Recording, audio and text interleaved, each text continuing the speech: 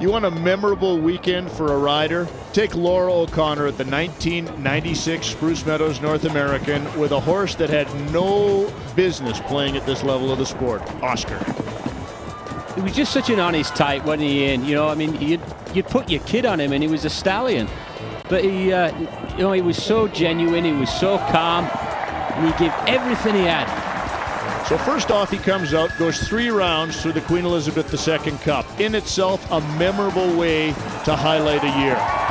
Takes the boots to the likes of Damien Gardner, who was riding at the top of the sport at the time aboard Hendricks. I can't believe it. I thought he had me for sure. Now lift the Queen Elizabeth II Cup from the podium. One for the history books as she lifts the Queen Elizabeth II Cup less than 24 hours later through the clock tower to take on the course, the Derby course, over a kilometer, more than 20 jumping efforts.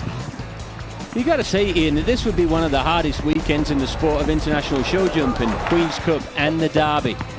I mean, talk about an effort there. He could have pitched her into the bottom of the Devil's Dyke. No, he picks her up, comes out clean. It's like, hang on with me, kid, I'll get you to the finish line, and that's what he did. Over the final fence, a light rub on the planks, good enough to win, of course, because clear rounds are such a rare commodity on the final day of the North American. And once again, Damien Gardner was the bridesmaid. Tough weekend for Damien. The Pentastar from the podium. Ladies and gentlemen, what a shot it is. The newly crowned champion of the Chrysler Classic.